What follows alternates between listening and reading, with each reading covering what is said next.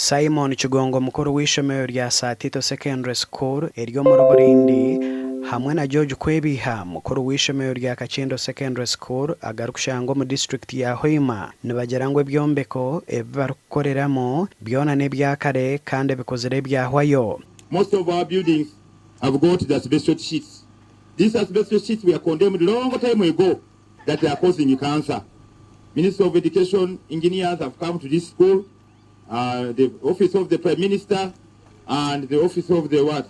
And the Minister of Finance, and they have promised that at one time maybe they'll be in a position to remove the asbestos and the roof with the iron sheets. Our hands are tied.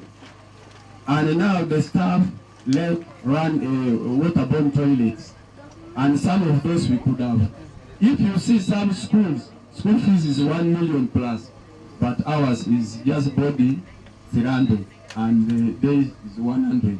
Abebembezi b'amashomeraga nibagerango bakahandikira ministry y'obwegese konkati hine cyakozerwe.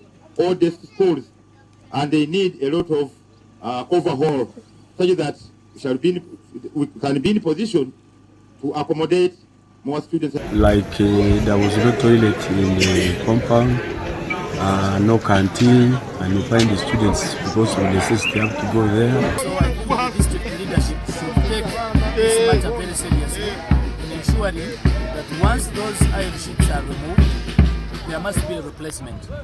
Babigambire obabire nibashohoza beji abatendekerwe okukunda ihanga ryabo kandi omukoro gubira hishomere rya Satito Secondary School. And it's a policy. There is no way out that such and such a school has not trained the patriots. Even if we have given you a program or we don't have, we just begin off. I think we have the patrons.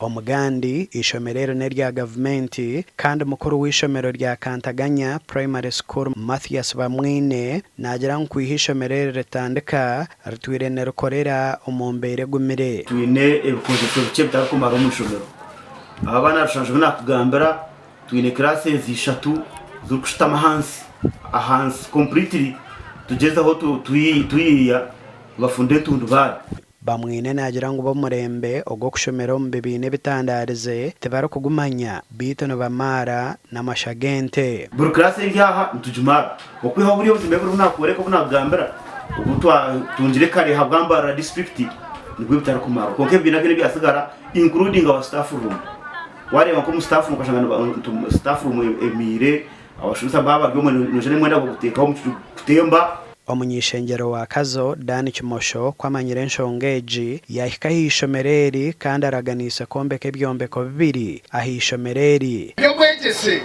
ogwo mwaka ogwo kizere yo kukoraje mu district kire myaka 15 yenyima kama ngo kibasa kugwa eshaha yona kitera abana bitu bakaba ryo mukabi bwentu wabiha mtu abafura mu kizimbe bloke nyo tukabihamwa abana twabatwara mu aho kizibeche fisha ishabimbeche kwabazire ambuye no makugwa huira umwana karga gum toireti abazire bayondeka toireti yifaho bagezaho n'abazire kimso toireti district no yatwijukire katutera ho toireti ndizo Kimosho hona shabire abahirwo mwoga gokombeke byombeke ebi okwatanisa nabebembezi kureba ngo bakora umurimo ogurye hamutindo hato mitima yabebembezi bona okutwisha ogume muronde mu kimwe nari bibiri rukunda rokumarira raporo abantu abakuronda mu bwebembezi ishomereri omwako guhuire rakakora kubaha kibina cya mushanju kandi nshongeji negekererwa